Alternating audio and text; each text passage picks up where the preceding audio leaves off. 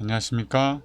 오늘은 디지텍트 소그룹이라는 제목으로 말씀을 나누겠습니다. 원래는 1부 다처제 2부를 설교를 할까 아니면 시대 소망 11장을 설교를 할까 하다가 오늘 갑자기 우리가 대면으로 모여서 활동을 할 수가 없지만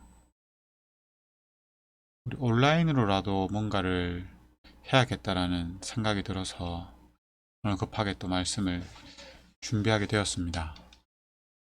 디지텍트 소그룹, 디지텍트라는 말이 좀 생소하죠. 저도 오늘 말씀을 준비하면서 알게 됐는데요.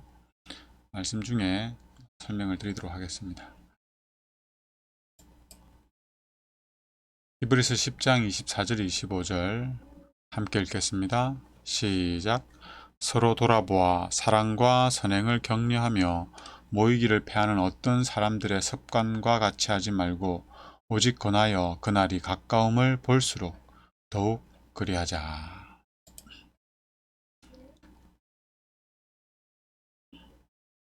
이 말씀은 잠시 후에 보겠습니다.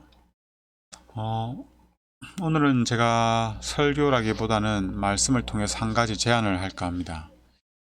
어느덧 봄이 왔습니다.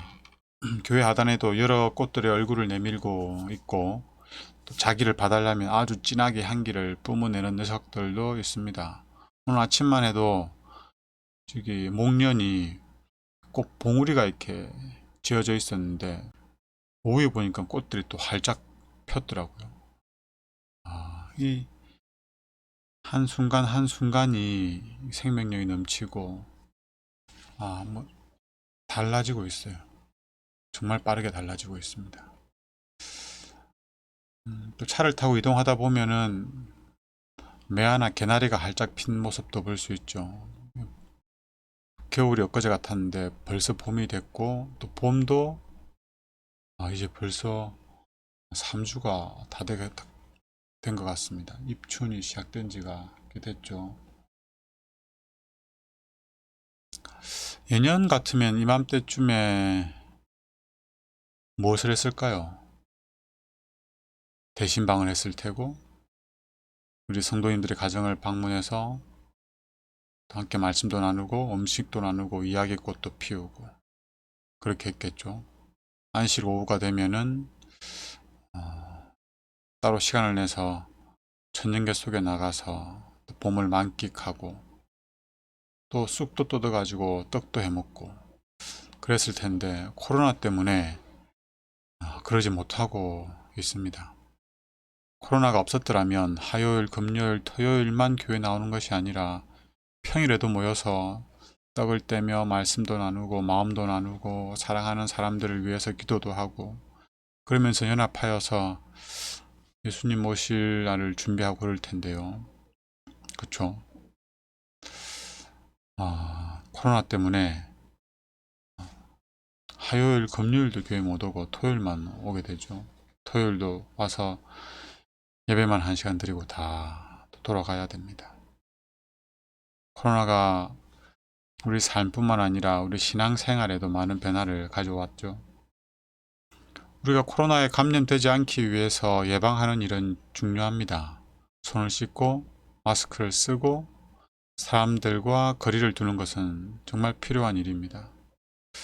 그러나 우리는 로봇이 아닙니다. 우리는 하나님의 형상으로 창조된 사람입니다. 인격적이죠.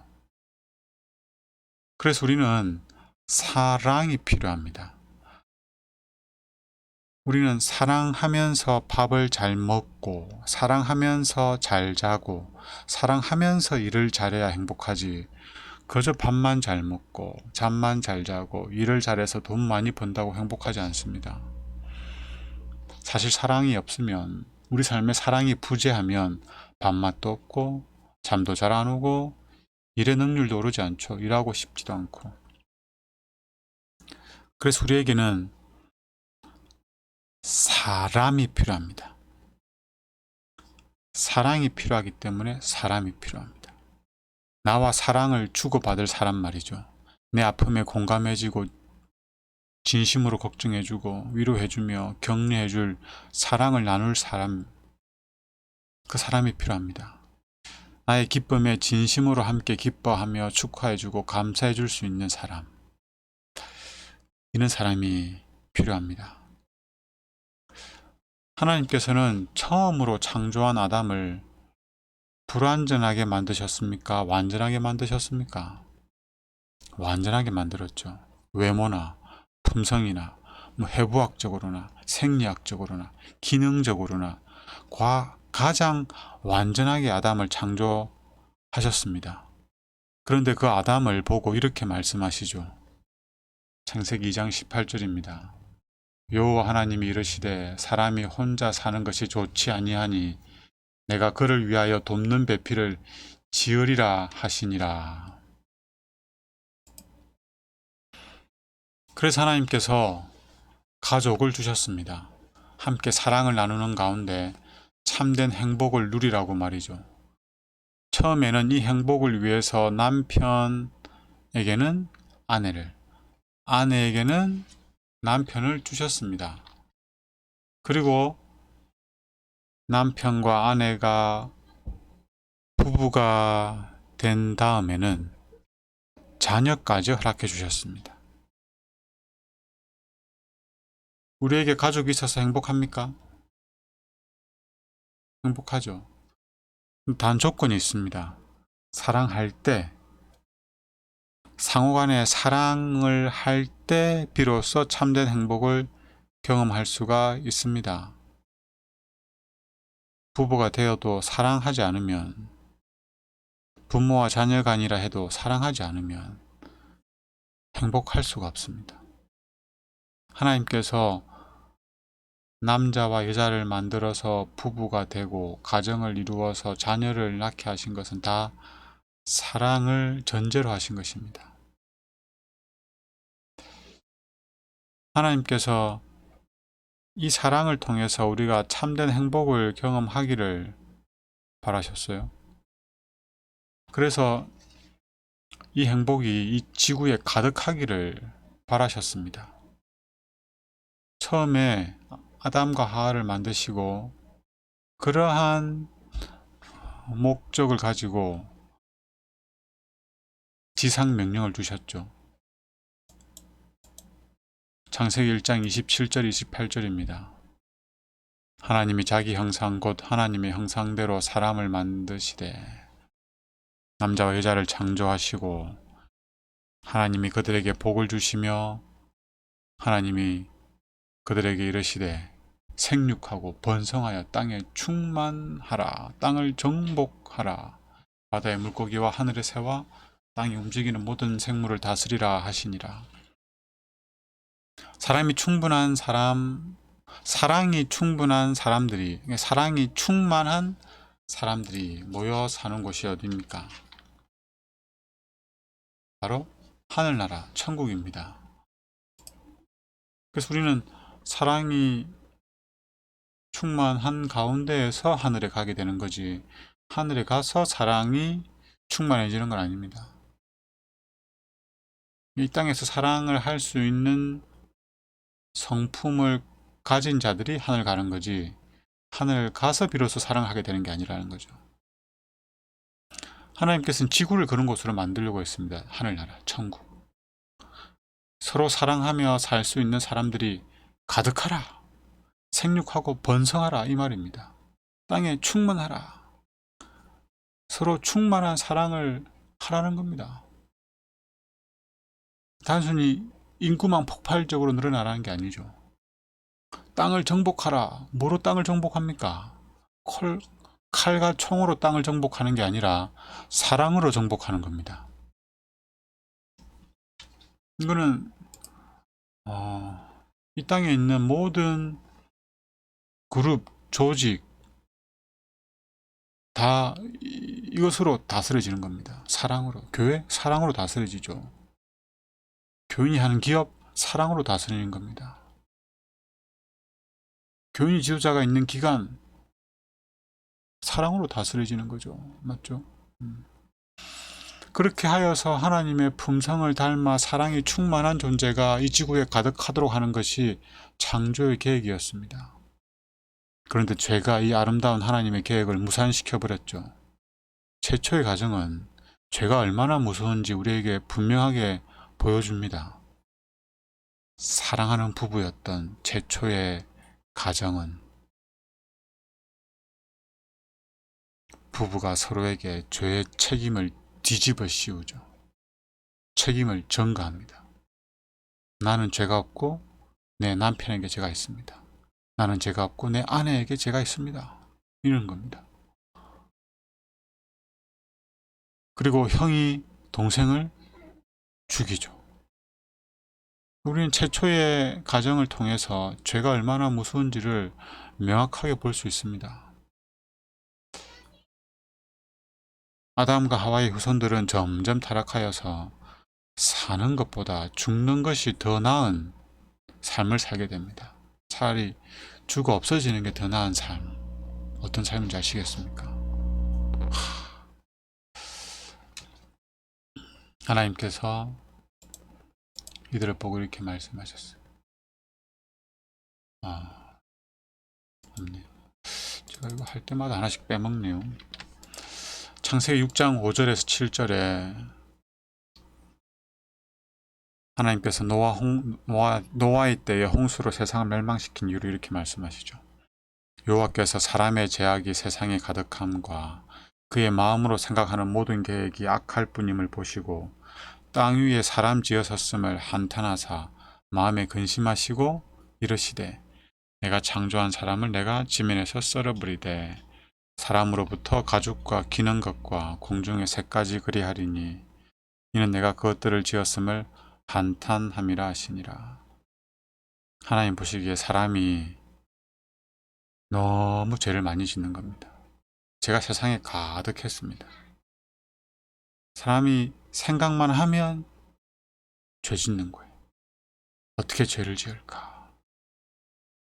하나님 보시기에 너무 악하게 생활하니까 하나님께서 한탄하시면서 세상 모든 사람들을 심판하기로 하십니다. 그래서 전 세계적인 홍수로 심판을 하게 되죠. 노아의 가족들만이 8명 가족들만이 살아남게 됩니다. 하지만 얼마 못 가서 다시 인류는 하나님의 말씀에 불순종하게 됩니다. 하나님의 말씀에 불순종한다는 게 뭡니까? 안식일을 일요일로 지킨다는 겁니까? 그것도 불순종일 수 있는데 하나님을 사랑하고 이웃을 사랑하라는 말씀을 불순종하게 됩니다. 모든 죄는 여기에 다 포함되죠. 하나님을 사랑하기보다는 자신을 더 사랑하고 이웃을 사랑하기보다는 자신을 더 사랑하는 것, 이러한 죄가 가득하게 됩니다. 하지만 인류의 역사 속에서는 항상 하나님의 사랑을 알고 또 진리를 따르는 사람들이 있었습니다. 그들을 남은 자손이라고도 하죠. 한때는 셋의 후손이라고도 했고 아브라함의 후손이라고도 했습니다. 이스라엘 백성이 그는 남은 자손이 될 뻔했는데 실패하게 됐죠. 지금은 그들을 누구라고 합니까? 그들을 교회라고 합니다. 교회. 교회는 하나님의 사랑의 통로입니다. 예언의 신의 표현을 빌리자면 율법의 보관자입니다. 다 읽어보셨죠? 네. 이스라엘도 율법의 보관자였고 아브라함도 율법의 보관자였습니다. 율법의 보관자라는 표현의 의미가 뭡니까? 율법, 사랑이죠. 네, 사랑을 나누는 사람입니다. 사랑을 지키는 사람, 사랑을 전하는 사람. 이걸 이제 창세기 12장 2절에서는 복으로 설명하죠. 내가 너로 큰 민족을 이루고 내게 복을 주어 내 이름을 창대하게 하리니 너는 복이 될지라. 너를 축복하는 자에게는 내가 복을 내리고 너를 저주하는 자에게는 내가 저주하리니 땅의 모든 족속이 너로 말미암아 복을 얻을 것이라. 여기서 말하는 복도 마찬가지입니다. 하나님과 이웃을 사랑할 수 있는 복이에요. 이 복을 우리가 많이 받아야 됩니다. 이 복이 필요하십니까? 예, 이 복이 필요한 사람들만이 하나님을 믿는 겁니다. 이 복이 필요 없는데 하나님을 믿는 사람은 잘못 믿거나 안 믿어야 됩니다. 하나님은 이 복을 우리에게 주시려고 하는 것이니까요. 이제 이 아브라함의 역할을 이제 교회가 하는 겁니다. 교회가 율법의 보관자요, 또 하나님의 사랑의 복을 전하는 자가 되어야 되는 거죠. 베드로전서 1장 좀 이따 볼 거네요. 성경은 교회를 뭐라고 합니까? 성경은 교회를 진리의 기둥과 터라고 합니다. 교회는 진리를 전하고 진리를 믿어 구원에 이르도록 합니다. 즉 교회가 전하는 진리는 사랑하지 못하는 사람을 변화시켜 사랑할 수 있도록 하는 것입니다.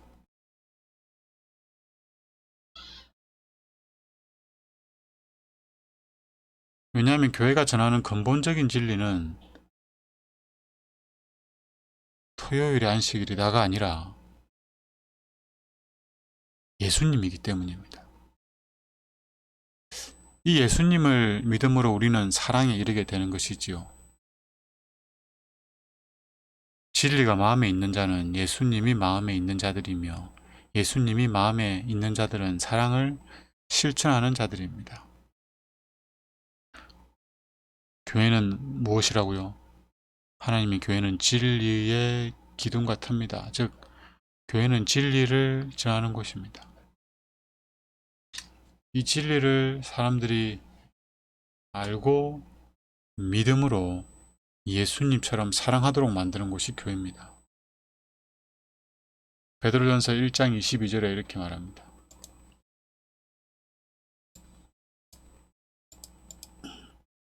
너희가 진리를 순종함으로 너희 영혼을 깨끗하게 하여 거짓없이 형제를 사랑하기에 이르렀으니 마음으로 뜨겁게 피차 사랑하라. 진리를 순종함으로 영혼이 깨끗하게 변화되어서 형제 사랑하기에 이르렀죠. 진리가 사랑을 하도록 하는 겁니다. 그러니 너희는 뭐하라? 서로 뜨겁게 피차 사랑하라. 우리가 교회에서 이 경험을 해야 됩니다. 또 우리 곁에 있는 자들이 우리로 말미암아 이 경험을 해야 되죠. 진리가 이 경험을 하도록 하는 겁니다. 우리가 성경이 말하는 것 순수한 진리, 바른 진리를 알고 전하고 나누고 경험하면 이 사랑을 할 수 있게 됩니다. 그 이유가 뭐라고요? 진리는 예수님이기 때문입니다. 초대교회는 이런 경험을 했을까요?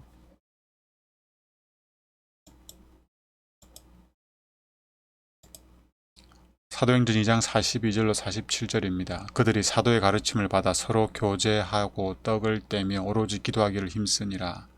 사람마다 두려워하는데 사도들로 말미암아 기사와 표적이 많이 나타나니 있는 사람이 다 함께 있어 모든 물건을 서로 통용하고 또 재산과 소유를 팔아 각 사람의 필요를 따라 나누어 주며 날마다 마음을 같이하여 성전에 모이기를 힘쓰고 집에서 떡을 떼며 기쁨과 순전한 마음으로 음식을 먹고 하나님을 찬미하며 또 온 백성에게 칭송을 받으니 주께서 구원받는 사람을 날마다 더하게 하시니라.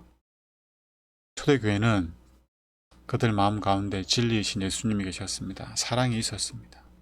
성령이 거하셨어요. 그래서 그들은 모였습니다. 피차 사랑하기 위해 모였습니다. 그리고 사랑을 나눴죠. 우리가 마음으로 뜨겁게 피차 사랑하기 위해서는 먼저 모여야 합니다. 만나야 합니다. 그런데 코로나가 사람과 사람의 관계를 단절시켜 놨습니다. 모이지 못하도록 만들었습니다. 그래서 우리가 사랑할 기회마저도 갖지 못하게 된 거죠. 하나님의 계획대로라면 사실 이 사랑을 가정에서 온전하게 경험해야 됩니다. 가정이 하나님의 사랑을 온전히 경험하도록 하는 교회가 되어야 됩니다. 그러나 요즘은 이 사회 구조 자체가 가족들이 서로 사랑하지 못하도록 만들어 놨습니다. 그래서 가정에서 사랑을 경험하지 못하는 경우가 너무 많습니다. 돈은 많이 벌고 공부는 많이 시키고 집은 넓은데 사랑이 없는 거예요. 텔레비는 좋고 소파도 좋고 핸드폰도 좋고 음식도 좋은데 사랑이 없는 겁니다. 그래서 하나님께서 교회를 통해서 이 사랑을 나누도록 하셨습니다. 교회를 통해서 사랑을 경험하도록 했습니다. 더 정확하게 말하면 교회를 통해서 진리를 나누도록 하신 거죠. 복음을 전하도록 하신 겁니다. 예수님을 나누도록 하신 겁니다. 그런데 교회에서 모이지 못하고 교제를 나누지 못하는 상황에 처하게 되죠. 코로나가 그렇게 만들었습니다. 맞죠? 그렇다면 우리는 어디서 이 사랑을 경험할 수 있을까요? 우리는 어떻게 다른 사람들에게 하나님의 사랑을 나눌 수 있을까요? 이런 고민을 잠시 하다가 생각해낸 것이 바로 온라인으로라도 자주 만나자. 온라인으로라도 대화를 자주 나누고 말씀을 나누고 기도를 하자. 온라인으로라도 마음으로 뜨겁게 사랑해보자라는 생각이 들었습니다. 감히 하나님께서 이런 생각을 저에게 주셨습니다라고 말씀드릴 수는 없지만 이렇게라도 하지 않으면 우리는 코로나가 종식될 때까지 함께 모여 떡을 떼며 마음을 나누는 시간을 갖지 못할 것 같다는 생각이 들었습니다. 그저 토요일에 한번 와서 예배드리는 것. 이게 우리의 모임의 전부가 될 것 같습니다. 만남의 전부. 코로나로 인해서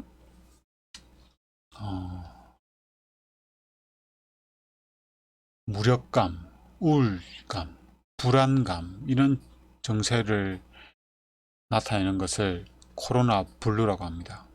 코로나 우울증이죠.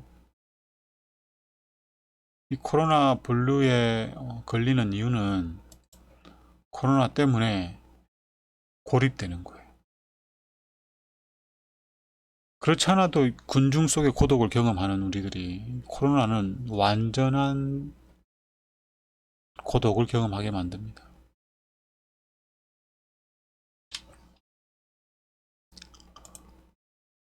근데 이보다 더 심각해져서 공포와 분노감을 표출하는 것을 뭐라고 하는지 아세요? 코로나 레드라고 합니다. 코로나 때문에 욱 하는 거죠. 코로나 때문에 이혼율이 더 높아졌다고 해요. 왜 그랬을까요? 같이 있으면 더 좋은 거 아닙니까? 사랑이 없는 가운데 같이 있으면 싸울 일이 더 많아지는 거죠. 사랑이 있는 가운데 같이 있으면 더 좋은 거죠.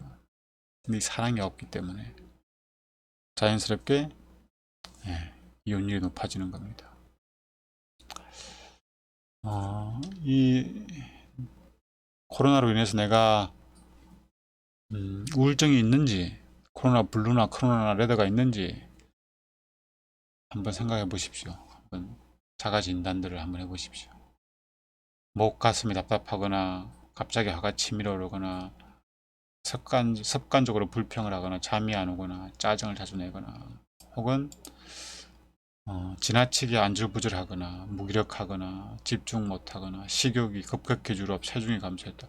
이건 많은 분들이 원하는 거네요. 자연스럽게 다이어트가 되는 거네요. 평소에 하는 일들이 흥미가 없고 하기가 싫고 잠에 쉽게 들지 못하거나 자주 깨고 또는 엄청난 잠을 자거나 체력이 평소보다 떨어져 기운이 없거나 우울함이 2주 동안 지속되거나 평안한 마음 상태를 잊기 힘들거나, 이거는 거의 뭐 갱년기 증상이랑 비슷한데요, 그렇죠? 예, 코로나가 이렇게 무섭습니다. 제가 알고 있는 가장 무서운 병이 갱년기인데, 코로나가 그에 버금가는 거네요. 코로나로 인해서 이제 이와 같은 비정상적인 신체적, 감정적 변화들을 치료하기 위한 여러 처방이 있는데요. 그 중에 하나가 뭐냐면 디지텍트 소통이라는 겁니다. 디지텍트가 뭐냐면 디지털과 컨택트로, 이제 디지털로 대면하는 거죠. 디지털로 만나는 겁니다. 옛날에는 교실에서 수업하고 한 장소에서 모여서 회의를 하고 큰 장소를 대관해서 빌려서 세미나를 하고 시장에 가서 쇼핑을 하고 식당에서 밥을 먹었는데 그것들이 다 바뀌었어요. 맞죠? 온라인 강의, 화상회의, 웨비나, 온라인 쇼핑, 온라인 배달 다 바뀐 겁니다. 이 코로나 블루 극복 방법 중에서 하나가 뭐냐면 디지텍트 소통입니다. 디지텍트 소통. 발음이 안 되는 디지텍트 소통. 뭐 하나님을 믿지 않는 사람들도 요즘에는 이 디지텍트 소통을 통해서 취미생활도 하고 공부를 하기도 하고 회의를 하기도 하고 세미나를 하기도 하고 교제를 나누기도 합니다. 보세요. 이거 지금 뭐 하는 것 같습니까? 맥주, 콜라, 피자 해가지고, 맞죠? 치맥. 예. 맥주와 치킨을 한 테이블에 함께 앉아서 먹지는 못하지만 한 화면 속에서 함께 먹는 모습입니다. 저도 독서 토론을 하는 목사님들이 몇 계신데 그분들과 함께 음식을 시켜놓고 같이 화면으로 먹었습니다. 이게 새로운 형태의 소그룹이죠. 우리가 코로나 상황 가운데에서 언제 소그룹 모임을 할 수 있을지 기약할 수가 없습니다. 그래서 우리가 온라인으로라도 디지텍트 소그룹을 해보는 건 어떨까라는 제안을 제가 드립니다. 수요일에 말씀 나눈 소그룹이 있긴 하지만 그것은 이제 시간과 주제가 제한이 되어 있죠. 다 출근하고, 그리고 이게 말씀 묵상이라는 좀 약간 부담되는 주제잖아요. 그래서 많은 사람이 참여하기에는 제약이 있는 게 현실입니다. 그래서 매주 적게는 2명, 많게는 5명이 참여하고 있는데요. 앞으로는 부담 없는 시간에 부담 없는 주제로 서로 안부를 물으며 고민을 나누고 함께 기도하면서 친교를 할 수 있는 소그룹을 하면 좋을 것 같다는 생각이 들었습니다. 소그룹, 온라인 소그룹, 이걸 저희들이 한 번도 안 해봐서 어떻게 해야 될지는 모르겠지만 어쨌든 해가면서 저희들이 수정하고 보완하고 그러면 좋겠습니다. 여러분, 소그룹은 필수입니까? 선택입니까? 소그룹은 필수도 아니고 선택도 아닙니다. 소그룹은 자연스러운 겁니다. 자연스러운 것. 자연스러운 것.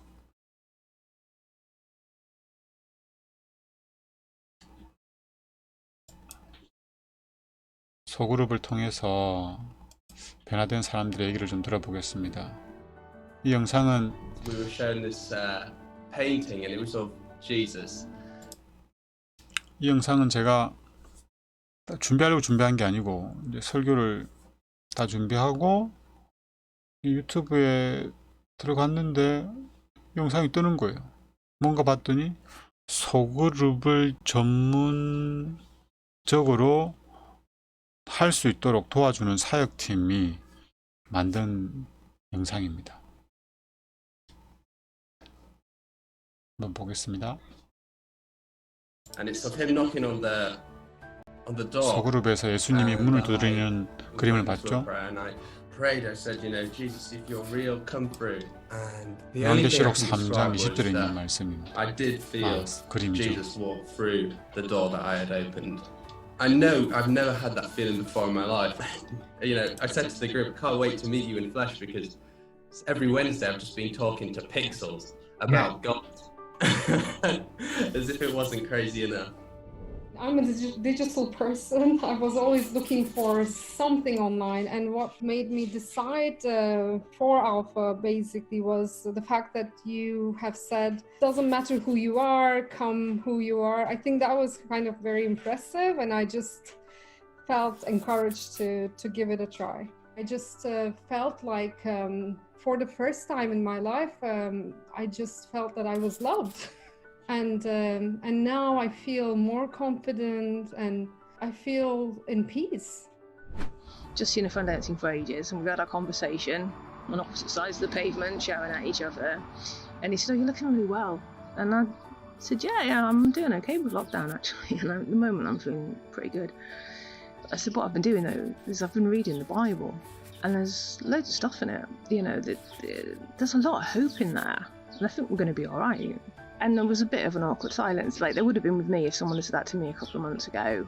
And he said, "I get you, you've become a philosopher."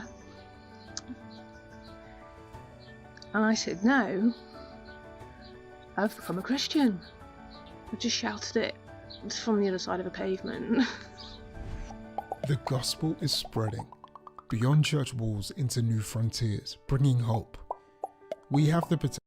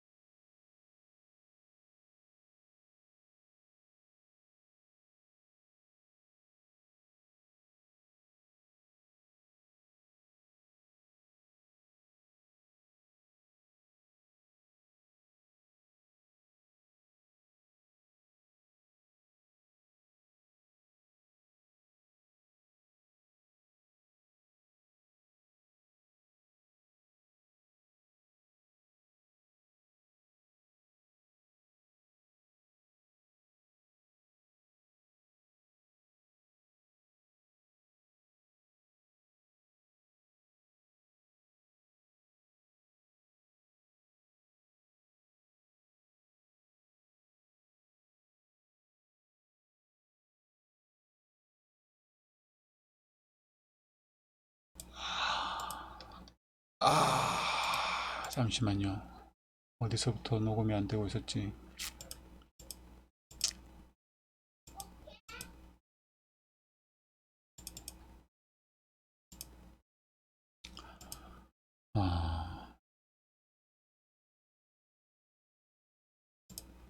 네, 동영상을 튼다고 제가 음성 녹음 버튼을 제가 꺼놨는데 다시 켰습니다. 소그룹 영상을 보면 여러 나라 각지에서 이렇게 후기가 올라왔는데 처음으로 예수님을 보게 된 거예요. 맞죠? 그것도 뭐 대단히 설교를 잘하는 사람이 뭐 설교를 해서 그런 게 아니고 그림 하나, 요한계시록 3장에 있는 문을 두드리는 그 그림 있죠. 그리고 소그룹을 통해서 내가 사랑을 받고 있구나라는 걸 느끼고 정말 평안함을 느끼고 자기의 자존감이 올라가고, 그리고 어떤 분은 코로나 봉쇄령, 우리나라로 치면 거리두기 막 5단계 아니면 자가 격리 중인 거죠. 그러한 중에도 마음이 평안하고 기쁨이 있는 거예요. 소그룹을 통해서 그러한 경험을 한 겁니다. 서로 돌아보아 사랑과 선행을 격려하며 모이기를 피하는 어떤 사람들의 습관과 같이 하지 말고 오직 그나여 그날이 가까움을 볼수록 더욱 그리하자. 우리 중에는 모이기를 피하는 어떤 사람이 없는 줄 압니다. 자, 우리 소그룹 하는데 모입시다 이랬는데 싫습니다. 그 말로 합니까? 그거 해도 돼도 안 하는데 그거 해봤는데 별로 효과도 없던데요. 막 이런 사람은 없지요. 있다면 다시 신앙을 해야 됩니다. 다시. 우리가 모이지 못하는 건 코로나 때문에 모이지 못하는 거죠. 그렇게 믿고 싶습니다. 사실 소그룹은 교회가 생기면서 붙어 있었습니다. 아니, 소그룹 자체가 교회였죠. 소그룹, 이게 자체가 교회입니다. 교회가 소그룹이에요. 이게 소그룹 여러 개가 모인 게 큰 교회가 되는 거죠. 그래서 소그룹 없는 교회는 사실 교회가 아닙니다. 소그룹 없는 교회는 생명력을 잃은 교회의 모습입니다. 마치건 한 집에 사는 가족인데도 불구하고 교제가 없는 거예요. 교류가 없고 대화는 단절되고 각방 사용하고 각자 식사하면서 자신의 삶을 공유하지 않는 가족의 모습. 이게 현대인의 모습이죠. 대출을 받아가지고 큰 아파트는 사놨는데 그 아파트에 사람이 없어요. 아침 일찍부터 저녁까지 일하고 아이들은 아침 일찍부터 학교 갔다가 저녁까지 학원 가고. 맞죠? 우리 안에 하나님의 사랑이 있으면 우리에게는 한 가지 동일한 소원이 생겨납니다. 그것은 바로 모이기를 힘쓰는 것입니다. 왜냐하면 서로 사랑하기 때문입니다. 그래서 보고 싶은 거예요. 만나고 싶은 거예요. 뭔가를 해주기를 원하는 겁니다. 그에게 필요를 채워주고 싶은 거예요. 그래서 우리가 할 일은 모이기를 힘쓰는 게 아니에요. 그 전에 예수님을 믿는 겁니다. 예수님을 믿음으로 말미암아 우리 안에 예수님이 거하도록 하는 거예요. 그리고 나서 그 예수님이 우리로 하여금 사랑하도록 하는 거죠. 그 사랑이 있으면 우리는 모이기를 힘쓰게 될 것입니다. 우리가 왜 사랑한다고요? 사랑의 이유와 동기가 뭡니까? 그가 먼저 우리를 사랑하셨습니다. 이것이 우리에게 필요합니다. 우리는 노력을 통하여 서로 사랑하는 일을 시작할 필요가 없다. 사랑을 하기 위해서 노력할 필요 없습니다. 사랑을 하기 위해서 노력하면 할수록 더 힘들어져요. 내가 늘 사랑하려고 이렇게 많이 수고하고 희생을 했는데 지금 나한테 뭐라고? 이렇게 되는 거예요. 내가 노력해서 사랑하면 그 사랑의 대가로 돌아오는 반응이나 대우가 내 마음에 들지 않으면 오히려 화내고 짜증내고 성질을 부립니다. 이 사랑 아니죠. 필요한 것은 마음속에 있는 그리스도의 사랑이다. 우리에겐 그리스도의 사랑이 필요합니다. 자아가 그리스도 안에 감추어질 때 진실한 사랑이 저절로 솟아난다. 즉 예수님이 우리 안에 계시면 사랑은 절로 되는 거죠. 예수님을 믿음으로 예수님의 사랑이 우리 안에 거하도록 하는 것, 이것이 우리가 가장 먼저 해야 할 일입니다. 우리가 누군가를 사랑하지 못한다면 그건 상대방의 잘못이 아닙니다. 그건 내 안에 예수님의 사랑의 부재이기 때문입니다. 우리가 이걸 깨닫고 인정하고 이 사실로 인해서 가슴 아파해야 합니다. 이 영감탱이를 내가 사랑하지 못하는구나. 이 여우 같은 마누라를 내가 사랑하지 못하는구나. 이 자식들을 내가 품지 못하는구나. 이유가 뭐라고요? 내 안에 예수님이 안 계셔서 그런 겁니다. 이러한 마음은 내 안에 예수님이 없어서 이러한 상황에 놓이게 됐구나. 이러한 기근, 사랑의 기근에 처하게 됐구나라는 것을 깨닫고 가슴 아파하는 마음, 이러한 마음. 이 마음은 예수님이 거하기 가장 알맞은 마음입니다. 우리가 예수님을 우리 마음의 주인이 되기를 원하고 바라고 또 기도하면 예수님은 틀림없이 우리 마음에 찾아오실 것입니다. 계시록 3장 20절. 이게 사실 소그룹의 원조죠. 볼지어다 내가 문 밖에 서서 두드리노니 누구든지 내 음성을 듣고 문을 열면 내가 그에게 들어가 그와 더불어 먹고 그는 나와 더불어 먹으리라. 이렇게 된 사람들이 이제 소그룹을 하는 겁니다. 예수님하고 소그룹 한 사람. 우리가 먼저 예수님과 사랑의 교제를 나눠야 돼요. 그리고 예수님과 소그룹을 하면 우리는 언제 누구와 함께 있든지 어디에 있든지 서로 격려하며 서로 마음으로 뜨겁게 사랑함으로 참된 행복을 경험하게 될 것입니다. 자, 여러분에게 제안 드립니다. 온라인으로라도 소그룹을 합시다. 그러나 그 전에 먼저 예수님하고 소그룹을 하는 저와 여러분이 되면 좋겠습니다. 그렇게 되면 우리는 자연스럽게 온라인으로라도 소그룹으로 모이기를 힘쓰게 될 것입니다. 기도하겠습니다. 하나님, 코로나가 우리의 삶을 많이 변화시켜 놨고 더 나아가 우리의 몸과 또 마음에 병 아닌 병을 가져오기도 하였습니다. 이러한 때에 저희들이 예수님과 함께 소그룹을 먼저 하고 우리 마음 가운데 예수님을 모시고 예수님의 사랑으로 사랑하는 삶을 살게 해주십시오.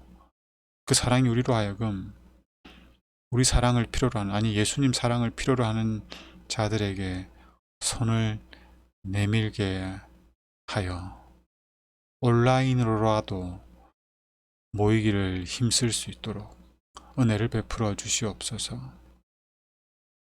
우리에게는 예수님이 필요하듯이 우리 곁에 예수님을 필요한 사람들이 많이 있습니다. 그들에게 우리가 작은 예수가 되어서 우리 마음에 계신 예수님을 나눠줄 수 있도록 저희들을 사용하여 주시옵소서. 예수님 이름으로 기도드립니다. 아멘.